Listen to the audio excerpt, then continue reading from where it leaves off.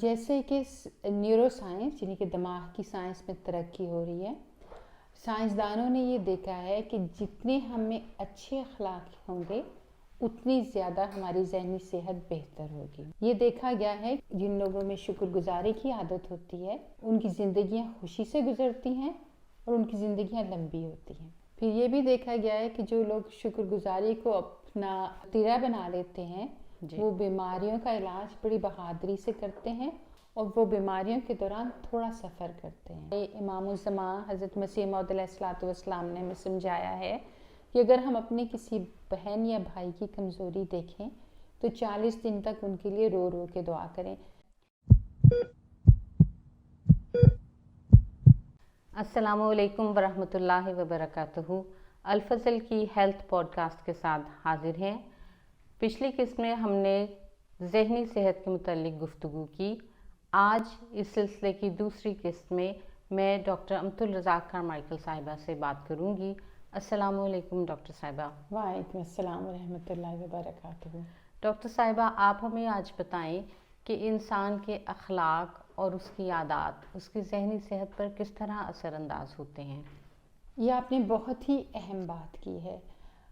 جیسے کہ neuro science یعنی کہ دماغ کی سائنس میں ترقی ہو رہی ہے، سائنسدانوں نے یہ دیکھا ہے کہ جتنے ہم میں اچھے اخلاق ہوں گے اتنی زیادہ ہماری ذہنی صحت بہتر ہوگی۔ جی، تو اس سلسلے میں آپ کو ایک معمولی سی اگزامپل دیتی ہوں شکر گزاری کی، یا جسے گریٹیٹیوڈ کہا جاتا ہے۔ یہ دیکھا گیا ہے کہ جن لوگوں میں شکر گزاری کی عادت ہوتی ہے ان کی زندگیاں خوشی سے گزرتی ہیں اور ان کی زندگیاں لمبی ہوتی ہیں۔ پھر یہ بھی دیکھا گیا ہے کہ جو لوگ شکر گزاری کو اپنا وتیرہ بنا لیتے ہیں وہ بیماریوں کا علاج بڑی بہادری سے کرتے ہیں اور وہ بیماریوں کے دوران تھوڑا سفر کرتے ہیں۔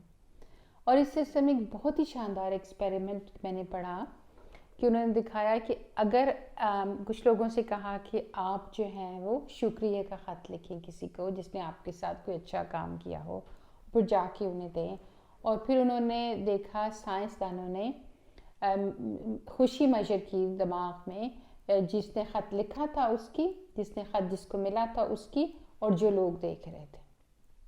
تو انہوں نے دیکھا کہ جس آدمی کا شکریہ ادا کیا جائے اس کو بہت خوشی ہوتی ہے، وہ تو ہمیں سمجھ آتی ہے۔ جی بالکل۔ پھر ہم نے دیکھا کہ پھر جو آدمی شکر کرتا ہے اس کو شکریہ لینے والے سے بھی زیادہ خوشی ہوتی ہے۔ اچھا، یعنی جو شکریہ ادا کر رہا ہے اس کو زیادہ خوشی ہوتی ہے اس بات کی کہ وہ کسی کی اچھائی کے شکریہ ادا کر رہا ہے۔ بالکل بالکل۔ اور تیسری بات جو انہوں نے دیکھی کہ جو لوگ بیٹھے تھے جو کہ یہ دیکھ رہے تھے کہ شکریہ کہا جا رہا ہے ان کے دماغ میں بھی خوشی پیدا ہو گئی۔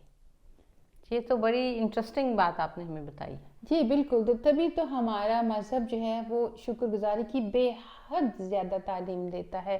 ہمیں بتایا گیا ہے کہ جو انسان کا شکر ادا نہیں کرتا وہ اللہ کا شکر ادا نہیں کرتا، اور ہمارے پیارے اللہ نے ہمیں بتایا ہے کہ اگر تم شکر کرو گے تو میں تمہیں اور بھی دوں گا۔ اور دیکھیں سچی ذہنی خوشی اور سکون سے زیادہ کون سی بڑی نعمت ہے، اور جتنے ہم شکر گزار ہوں گے اتنے زیادہ ہمارے پاس خوشی کے سامان ہوں گے۔ تو ڈاکٹر صاحبہ، یہ تو آپ نے بڑی اچھی بات بتائی، بڑی مثبت بات بتائی کہ انسان کا ایک مثبت اگر رویہ ہو زندگی میں اور شکر گزاری جیسے کہ ایک عادت ہو تو اس کی ذہنی صحت اچھی رہتی ہے اور وہ خوش رہتا ہے۔ لیکن کیا کوئی ایسے اخلاق یا عادات بھی ہیں کہ جن سے ذہنی صحت پہ برا اثر پڑتا ہو؟ جو سب سے زیادہ ریسرچ جس نیگیٹو بات پہ ہوئی ہے وہ ہے گوسپ، یعنی چغلی، غیبت اور بدظنی کرنا۔ اگر میں اس کے بارے میں تھوڑا سا آپ کو پس منظر بتا دوں کہ ہمارے دماغ میں جو 2 قسم کے مادے پائے جاتے ہیں۔ دماغ کا جو سیل ہوتا ہے وہ چھوٹا سا گول خلیہ ہوتا ہے اور اس کے ساتھ لمبے لمبے ریشے ہوتے ہیں۔ جی، تو خلیہ جو ہے وہ سوچنے کا کام کرتا ہے، اور جو ریشے ہوتے ہیں وہ دوسرے سیل سے مل کے نالج بڑھاتے ہیں۔ چھوٹی سی مثال ہے کہ اگر میں گرم کپ کو ہاتھ لگاؤں تو میرا ہاتھ جل جائے گا پہلی دفعہ، لیکن جب ایک دفعہ میرا یہ ذہنی خلیہ یہ سمجھ لیتا ہے تو وہ اس ریشے کے ذریعے دماغ کے سارے خلیوں کو بتا دیتا ہے کہ اگر گرم چیز کو ہاتھ لگایا تو ہاتھ جل جائے گا. تو اس طرح جو ہے وہ خلیے جو ہے اپنے ریشوں کے ذریعے سارے دماغ میں عقل پیدا کرتے ہیں. اس کو کہتے ہیں نیورل پاتھ ویز. جی. اور دوسری بات اگر میں عرض کر دوں کہ ہمارے جسم میں جو ہمارے دماغ میں جو خوشی کا باعث ہوتے ہیں وہ کیمیکلز ہوتے ہیں.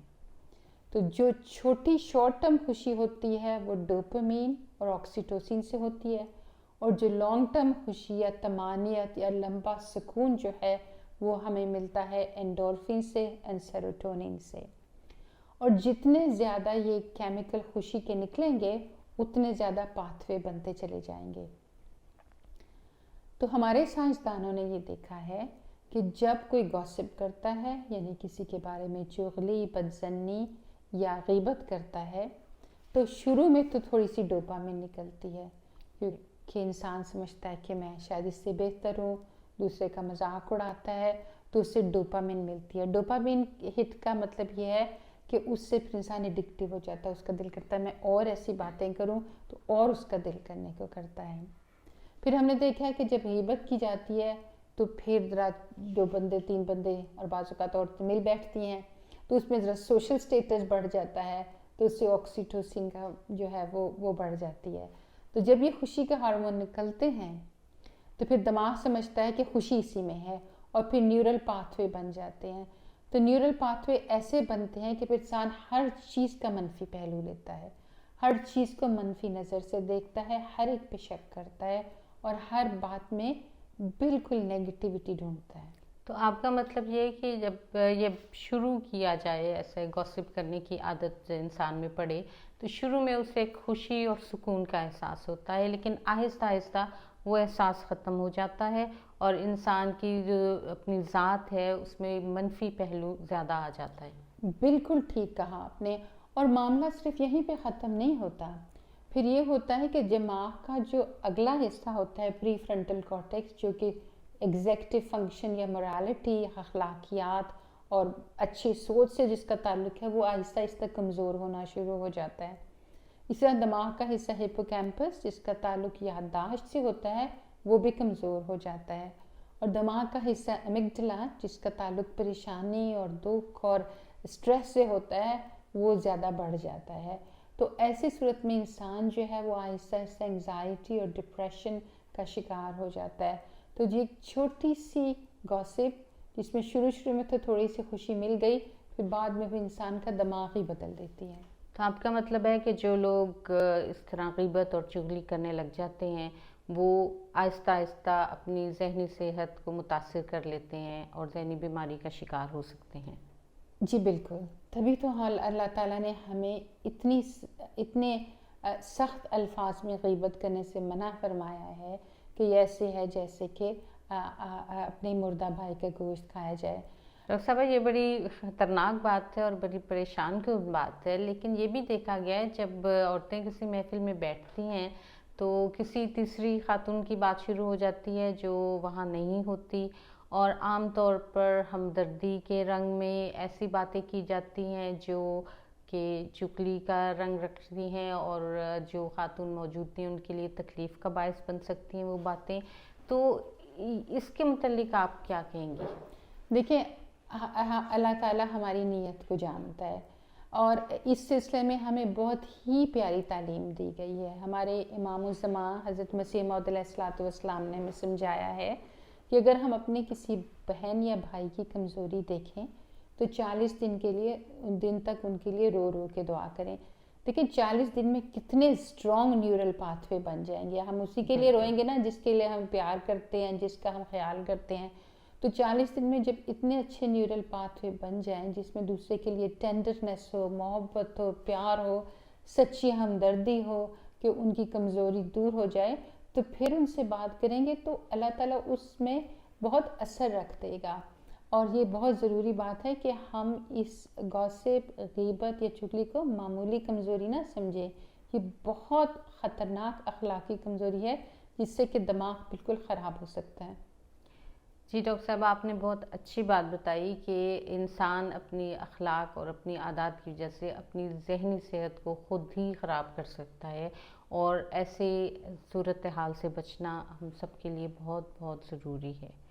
ڈاکٹر صاحب، آپ کچھ اور بات بتانا چاہیں گی ذہنی صحت کے متعلق؟ جی، دوسری بات یہ ہے کہ اس کا ایک الٹ بھی ہے۔ اگر ہم ہر چیز کو اچھے نظر سے دیکھیں، جی ہر چیز میں مثبت پہلو ڈھونڈیں، تو ہمارے پازیٹیو پاتھ وے جو ہے وہ بڑھ جاتے ہیں۔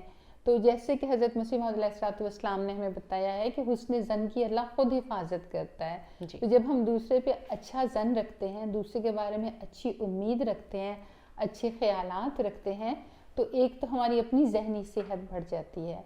جو لوگ دوسروں کے بارے میں اچھا خیال رکھتے ہیں، ان کے بارے میں مثبت سوچ رکھتے ہیں، ان کے دماغوں میں کیمیکل، جس کا میں نے آپ کو پہلے بتایا تھا، سیروٹونین اور انڈورفن کی تعداد زیادہ ہوتی ہے، کیونکہ ان کے اندر طمانینت اور خوشی اللہ تعالیٰ کی طرف سے دی جاتی ہے۔ تو یہ ہماری ذہنی صحت ہمارے اپنے ہاتھ میں ہے۔ اگر ہم اپنے اخلاقیات کو بہتر بنا لیں تو ہماری ذہنی صحت پہلے سے بہتر ہوتی جائے گی۔ جی بہت شکریہ ڈاکٹر صاحبہ۔